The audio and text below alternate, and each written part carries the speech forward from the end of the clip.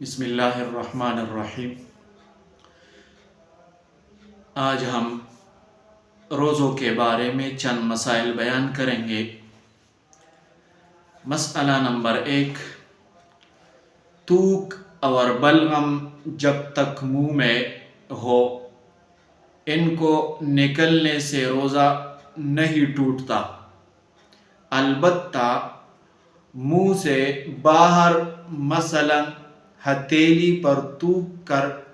پھر منہ میں دوبارہ ڈالا تو روزہ ٹوٹ جائے گا۔ اگر ہاتھ پر تھوک دیا اور پھر منہ میں ڈال دیا تو اس سے روزہ ٹوٹ جاتا ہے، اور ایسا عام طور پر کوئی نہیں کرتا، ایسا عمل کوئی نہیں کرتا۔ مسئلہ نمبر 2، عطر وغیرہ لگانے سے روزہ نہیں ٹوٹتا، عطر وغیرہ لگانے سے روزہ نہیں ٹوٹتا۔ مسئلہ نمبر 3، روزے کی حالت میں بواسیر یا قبض کے مریض کے لیے اینما سے روزہ ٹوٹ جائے گا، یعنی وہ دوائی جس کے ذریعے سے اس کو ڈال دی جاتی ہے اس کو اینما کہتے ہیں، کیونکہ اینما میں مقعد یعنی پاخانے کے مقام میں دوا چڑھائی جاتی ہے، اس لیے وہ معدے میں آتا ہے، تو اس کی وجہ سے روزہ ٹوٹ جاتا ہے۔ مسئلہ نمبر 4، روزے کی حالت میں دل کے مریض کا زبان کے نیچے ٹکا رکھنا روزے کو توڑ دے گا، یعنی وہ ایک گولی ہے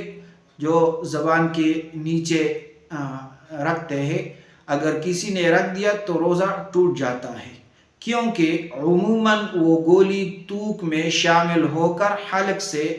نیچے اتر جاتی ہے،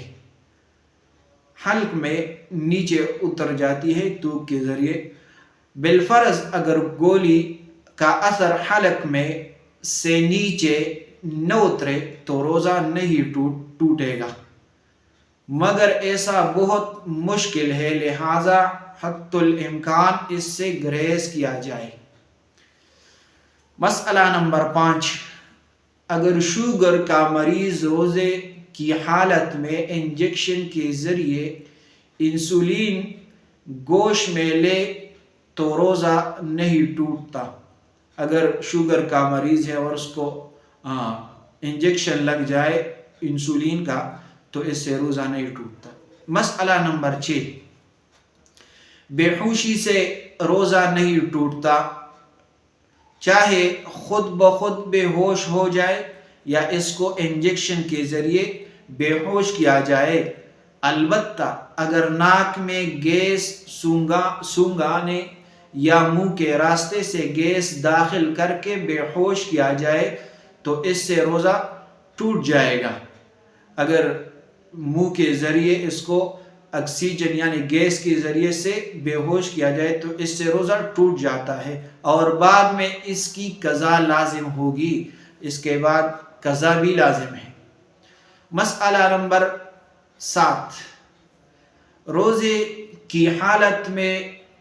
انڈوسکوپی کروانے سے روزہ ٹوٹ جاتا ہے، کیونکہ اس میں ایک پائپ پر زائلوکین وغیرہ لیکوڈ منہ کے راستے سے اس کے معدے میں داخل کیا جاتا ہے، لہذا اس سے روزہ ٹوٹ جاتا ہے۔ مسئلہ نمبر 8، روزے کی حالت میں انڈوسکوپی کروانے سے روزے کی حالت میں مرد کے پیشاب کی نالی میں کیتر یعنی کیتر جو علاج کا ایک آلہ ہے داخل کرنے سے روزہ نہیں ٹوٹتا، کیونکہ پیشاب کی نالی کے ذریعے جو دوا اندر داخل ہوتی ہے وہ زیادہ سے زیادہ مثانہ تک پہنچے گی، اور مثانے اور معدے کے درمیان کوئی سوراخ نہیں ہے۔ مسئلہ نمبر 9، دانتوں کے مریض کو چاہیے کہ وہ رات ہی میں RCT کروائے یا دانتوں کو اکڑوائے یا دانتوں کی کوئی اور اصلاح کروائے۔ اگر روزی کی حالت میں ایسا کروایا اور روزہ یاد رہنے کے باوجود خون یا دوائی کا کوئی حصہ حلق سے نیچے اتر گیا تو روزہ ٹوٹ جائے گا اور بعد میں قضا لازم ہوگی، اور اگر حلق سے نیچے کچھ نہ اترا تو روزہ نہ ٹوٹا، لیکن روزے کی حالت میں یہ سب کروانا مکروہ ہے کیونکہ اس میں روزہ ٹوٹنے کا اندیشہ ہوتا ہے۔ مسئلہ نمبر 10، اگر مؤذن کی اذان پر روزہ افطار کر لیا اور افطاری کا وقت نہیں ہوا تھا تو روزہ ٹوٹ جائے گا اور بعد میں اس روزے کی قضا کرنی ہوگی، لیکن کفارہ لازم نہیں ہوگا اور نہ ہی گناہگار ہوگا۔ اگر کسی نے اذان کر لیا اور ٹائم باقی ہے تو یہ روزہ ٹوٹ گیا تو اس پر اس کا قضا لازم ہے، کفارہ لازم ہے اور قضا لازم ہے، کفارہ لازم نہیں ہے۔ تو یہ اور دوستوں کے ساتھ یہ مسائل شیئر کریں تاکہ